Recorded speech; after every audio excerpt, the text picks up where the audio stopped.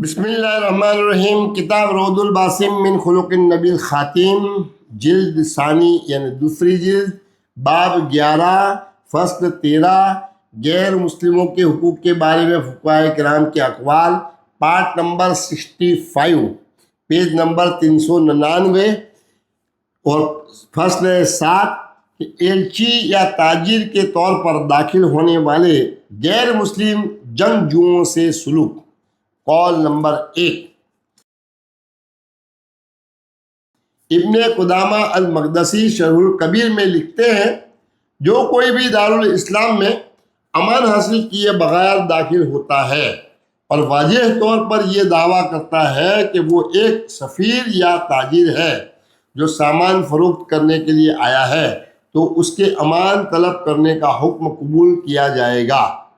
اگر ایک غیر مسلم محارب اسلامی علاقے میں امان حاصل کیے بغیر داخل ہوتا ہے اور پھر یہ دعویٰ کرتا ہے کہ وہ ایک سفیر ہے، تب اس کا امان طلب کرنا قبول کر لیا جائے گا۔ اس پر حملہ کرنے کی اجازت نہیں ہے۔ اللہ کے رسول صلی اللہ تعالیٰ علیہ وسلم نے مسلمہ کذاب کے دونوں سفیروں کو فرمایا، اگر سفیروں کو قتل نہ کرنے کی روایت نہ ہوتی تو تم دونوں کو قتل کر دیتا۔ یہ اس لیے کہ مروجہ رسم و رواج یہی کہتے ہیں۔ اگر ایک غیر مسلم دعویٰ کرے کہ وہ تاجر ہے، تب رسم و رواج یہی ہے کہ ان کے جو تاجر ہماری سرزمین میں داخل ہوتے ہیں ان پر حملہ نہیں کیا جائے گا جب تک کہ وہ فروخت کرنے کی چیزیں سامان تجارت اٹھائے ہوئے ہیں۔ یہ اس لیے ہے کہ وہ اس اعتماد پر داخل ہوئے ہیں کہ انہیں جان کی امان حاصل ہے۔ قول نمبر 2، ابن قدامہ المقدسی شرح الکبیر میں کہتے ہیں امام احمد نے فرمایا ہے، اگر لوگوں کا ایک گروہ سمندر میں سفر کرتا ہے اور ان کی مٹ بھیڑ بت پرست تاجروں سے ہو جاتی ہے جو دشمن کے علاقے سے تعلق رکھتے ہیں اور وہ اسلامی سرزمین میں بطور تاجر داخل ہونا چاہتے ہیں، تب اس صورت میں ان پر حملہ نہیں کیا جائے گا اور نہ ہی انہیں ڈرایا جائے گا۔ ہر وہ شخص جو جنگ کے علاقے سے مسلم ملک میں تجارت کی غرض سے داخل ہو، اسے اس کی اجازت ہے اور اسے اپنا سامان فروخت کرنے کی اجازت ہے۔ اس سے کسی قسم کی پوچھ گچھ نہیں کی جائے گی۔ فصل 8، دارالحرب میں دھوکہ دہی یا معاہدے کے خلاف ورزی کی ہرگز اجازت نہیں۔ ابن قدامہ المقدسی شرح الکبیر میں لکھتے ہیں جو کوئی بھی جنگ کے علاقے میں بطور سفیر یا تاجر جان کی امان حاصل کر کے داخل ہوتا ہے، اسے انہیں دھوکہ دینے کی اجازت نہیں، کیونکہ اسے اس شرط پر امان دی گئی کہ اس کے بدلے ایسی چیزوں سے کلیتاً دستبردار ہو گیا۔ چنانچہ اس کے بدلے میں اسے حتمی گارنٹی دی گئی، اور یہ گارنٹی اگرچہ زبانی یا تحریری نہیں دی گئی لیکن معناً متصور کر لی گئی۔ اسی طرح ان میں سے کوئی ہمارے پاس امان کے ساتھ آتا ہے اور پھر وہ ہمیں دھوکہ دیتا ہے تو نتیجتاً وہ اپنی امان کا معاہدہ ختم کر دیتا ہے۔ ان کا دھوکہ دینا غداری ہے۔ اس غداری کی ہمارے دین میں قطعاً اجازت نہیں ہے۔ قول نمبر 2، ابن قدامہ المقدسی شرح الکبیر میں مزید کہتے ہیں اگر ایک غیر مسلم شخص جسے جان کی امان حاصل ہے بطور امانت ایک مسلمان کے سپرد اپنی دولت کرتا ہے یا اسے قرضہ دیتا ہے اور جنگ کے علاقے دارالحرب میں واپس چلا جاتا ہے، اس کی سیکیورٹی اس کی دولت کے حوالے سے برقرار رہے گی، اور اگر وہ اسے طلب کرے تو اسے واپس بھیج دی جائے گی۔ اس بات کی وجہ یہ ہے کہ دارالحرب کے باشندوں میں کوئی دارالاسلام میں داخل ہوتا ہے اور اسے امان حاصل ہے اور وہ اپنی دولت بطور امانت ایک مسلمان کے سپرد کرتا ہے یا وہ اسے قرضہ دیتا ہے، اور اس کے بعد وہ دارالحرب میں واپس چلا جاتا ہے تاکہ اپنی ضرورت پوری کرے یا بطور سفیر اپنی خدمت سر انجام دے اور پھر دارالاسلام میں واپس آ جاتا ہے تو اسے اپنی جان و مال کی امان کی حفاظت بدستور حاصل رہے گی۔ قول نمبر 3، ابن قدامہ المقدسی مجید کہتے ہیں چنانچہ اس دولت کا غیر مسلم مالک جو دارالحرب سے تعلق رکھتا ہے درخواست کرتا ہے کہ اس کی دولت اسے واپس کی جائے یا اسے واپس بھیج دی جائے، اور اگر وہ اپنی دولت کسی چیز کی خرید کے لیے تحفے کے لیے یا اسی طرح کی چیزوں کے لیے استعمال کرتا ہے تو اس کی اجازت ہے کیونکہ یہ اس کی ملکیت ہے، اور اگر وہ دارالحرب میں مر جاتا ہے تب اس کی دولت اس کی وارثوں کو دے دی جائے گی۔ یہ اس کے سابقہ امان کے تحت ہے کیونکہ یہ امان ابھی ختم نہیں ہوئی تھی۔ قول نمبر 4، ابن قدامہ المقدسی مزید کہتے ہیں ایک غیر مسلم کو حفاظت کی ضمانت ایک ذمہ داری ہے، یہ اس کا ضروری حق ہے جس کا تعلق مال و دولت سے ہے، چنانچہ جب دولت اس کے وارث کو دی جائے گی تو یہ در حقیقت دوسرے کے حقوق منتقل کرنے کے مانند ہے، جیسا کہ رہن، ضمانتیں اور حق شفاع وغیرہ ہے۔ چونکہ اس کے مال و دولت کو بھی حفاظت کی ضمانت حاصل ہے اس لیے یہ اس کے وارثوں کو حفاظت کی ضمانت کے برقرار رہنے کے سبب سپرد کی جا سکتی ہے۔ یہ اسی دولت کی مانند ہے جو اپنے حصے دار کی سرمایہ کاری ہے۔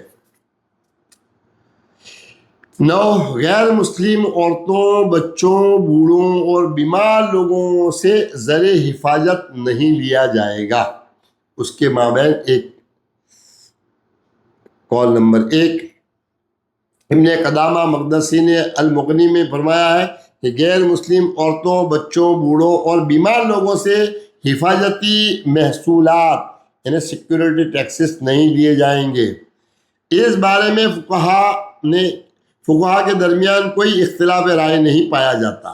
یہی نقطۂ نظر امام مالک، امام ابو حنیفہ اور ان کے ساتھیوں امام شافعی اور ابو ثور کا ہے۔ ابن منظر نے کہا ہے اس بارے میں مجھے فقہا کے درمیان کوئی اختلاف نظر نہیں آیا۔ اس رائے کی حتمی ہونے سے یہ حقیقت ثابت ہوتی ہے کہ حضرت عمر رضی اللہ تعالیٰ عنہ نے اپنی فوج کے تمام جرنیلوں کو حکم دیا کہ وہ سالانہ سیکورٹی ٹیکس جزیہ سب سے وصول کریں لیکن عورتوں اور بچوں سے نہیں۔ قول نمبر 2، علامہ ابن القیم احکام اہل ذمہ میں فرماتے ہیں بچے، عورت اور شرعی طور پر ذہنی معذور شخص سے سیکورٹی ٹیکس نہیں لیا جائے گا۔ یہ شرعی عدالتی رائے چاروں فقہی ائمہ کی اور ان کے پیروکاروں کی ہے۔ ابن المنظر نے کہا ہے میں جانتا ہوں کہ کسی ایک نے بھی ان کی مخالفت نہیں کی۔ ابو محمد نے المغنی میں یہی اخذ کیا کہ ہم جانتے ہیں کہ اس بارے میں فقہا میں کوئی اختلاف نہیں۔ 3، امام ابن مفلح الحنبلی نے المبدع میں کہا اگر ایک پیغام لانے والا یا تاجر دارالحرب میں ان غیر مسلموں سے امان کے ساتھ داخل ہو تو اس پر حرام کر دیا گیا ہے کہ وہ ان کے ساتھ خیانت کرے، اگرچہ سیکورٹی کی ضمانت میں اس کی وجاہت نہیں دی گئی، تاہم اس کے مندرجات سے اس کی اہمیت آیا ہے۔ قول نمبر 4، علامہ ابن القیم مزید فرماتے ہیں ابو عبید اسماعیل بن ابراہیم ان ابو ایوب ان نافع ان اسلم مولی عمر کے مطابق عمر کے طریق سے حضرت عمر بن خطاب رضی اللہ تعالیٰ عنہ سے روایت کرتے ہیں حضرت عمر رضی اللہ تعالیٰ عنہ نے فوج کے جرنیلوں کو اس امر کی ہدایت دیتے ہوئے لکھا اللہ کی راہ میں صرف اس سے لڑو جو تم سے جنگ کرتے ہیں، جبکہ عورتوں اور بچوں کو ہرگز قتل نہ کرو۔ انہوں نے فوج کے جرنیلوں کو مزید لکھا ان لوگوں پر سیکورٹی ٹیکس عائد کرو جو ہتھیار ڈال دیں، لیکن عورتوں اور بچوں پر عائد نہ کرو۔ یہ حدیث مبارک اس امر کی سند ہے کہ کس سے سیکورٹی ٹیکس وصول کیا جائے گا اور کس سے نہیں۔ کیا تم دیکھتے نہیں کہ یہ خصوصی طور پر مردوں پر عائد کیا گیا ہے اور عورتوں اور بچوں پر عائد نہیں کیا گیا؟ سیکورٹی ٹیکس کی ادائیگی ان تمام سے روک دی گئی ہے جو واجب القتل نہیں، اور ان میں بچے بھی شامل ہیں۔ انہوں نے اسے ان افراد سے بھی ساکت کر دیا جو استحقاق قتل نہیں رکھتے، اور وہ چھوٹی اولادیں ہیں۔ نیز غلام بھی محفوظ الدم ہے، اور اس جہت سے عورتوں اور بچوں سے مشابہ ہوئے، لہذا انہیں بھی قتل نہ کیا جائے گا۔ قول نمبر 5، ابن القیم نے مزید کہا، اللہ تعالیٰ اہل ایمان کے ذریعے غیر مسلموں کی عبادت گاہوں کی حفاظت فرماتا ہے۔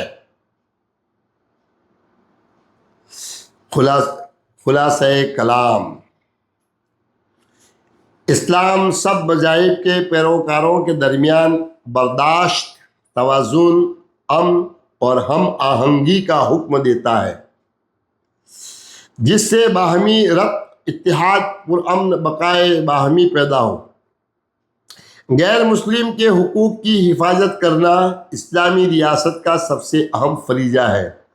مختلف معاہدات میں غیر مسلم شہریوں، جن میں سفارتکاروں، غیر ملکی وفود، عورتیں، بچے، بوڑھے، مذہبی لیڈرز، تاجر، کسان، جنگ میں حصہ نہ لینے والے زخمی اور قیدی شامل ہیں، ان کا قتل کرنا غیر قانونی قرار دیا گیا ہے۔ یہ واضح کیا گیا ہے کہ زندگی، عزت نفس، انصاف، برابری اور آزادی کے حوالے سے مسلمانوں اور غیر مسلموں کے حقوق برابر ہیں، اور قانون کی نظر میں سب برابر اور یکساں ہیں۔ اللہ کے رسول صلی اللہ تعالیٰ علیہ وآلہ وسلم نے غیر مسلم شہریوں کے ساتھ زندگی بسر کرنے کا ایک پائیدار نظام پرامن بقائے باہمی اور برابری کی بنیاد پر قائم فرمایا۔ آپ صلی اللہ تعالیٰ علیہ وسلم نے تقریباً تمام غیر مسلم اکائیوں سے جو مدینے کے گرد رہائش پذیر تھیں معاہدات طے فرمائے۔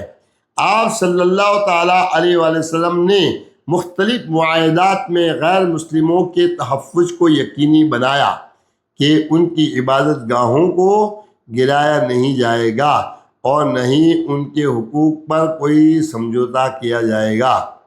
آپ صلی اللہ تعالیٰ علیہ وسلم کی بنائی گئی ریاستی پالیسیوں آپ صلی اللہ تعالیٰ وسلم کے بعد آنے والے آپ کے خلفائے راشدین رضی اللہ تعالیٰ عنہ کے ادوار میں بھی جاری رہیں۔ اسی تسلسل میں فقہاء کرام نے مزید احکامات بیان کیے اور قوانین وضع کیے ہیں جو ہم بالتفصیل بیان کر چکے ہیں۔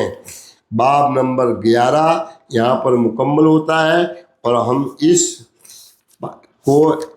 پارٹ کو بھی یہاں مکمل کر دیتے ہیں۔